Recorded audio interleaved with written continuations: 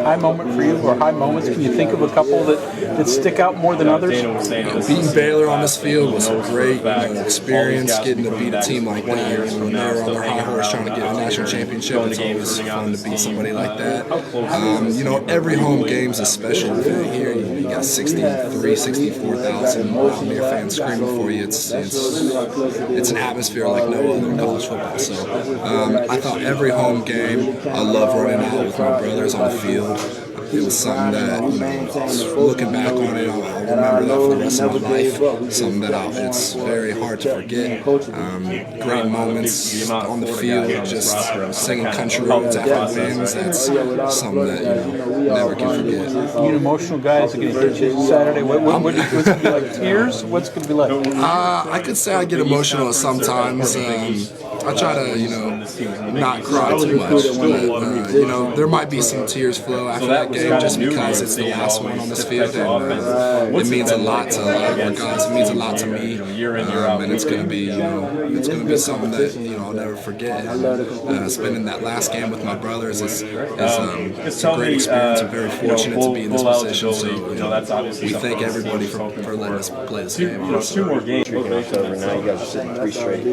How's that feel? What's the atmosphere like now that you guys have gone from being so low to now? Yeah, losing always causes doubt in the program. So, we called a senior meeting together, and all 22 of us, or how many there are, we all sat down and said, hey, we're 3-4 right now, and we can, do one of two things. We can either turn this in, or we can, start playing with an edge that we know that we can play with.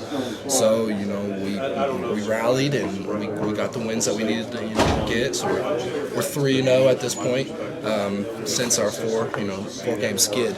So, you take each game at a time, and it's kind of a process. So, if you get, one loss can create 2 losses, can create 3. You don't want to turn that into 4 or 5, which can ruin a season. But you can't let 1 win, 2 wins, 3 wins kind of, get you off track, and you can lose a game. So I think you got to come prepared for every game with the right process, with the right mentality, and then know that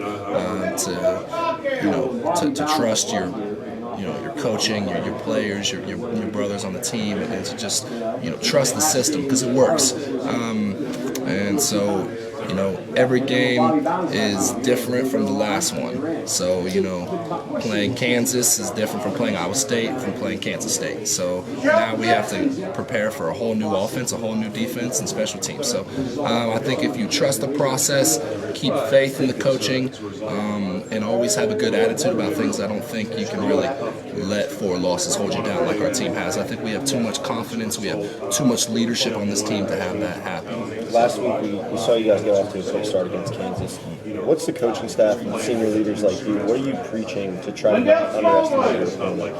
Iowa State, they're a great football team. If you watch them on film, they're as good as anybody in the Big 12. And you can see that from their games, the close games that they've had with everybody they've played. They play with hard effort, tenacity. They fly to the ball on defense. They have a good quarterback, good running backs, decent offensive line, and good receivers. So it's just another offense in the Big 12. I say that every week, but it's something that we're going to really have to prepare for, play our best game to beat them.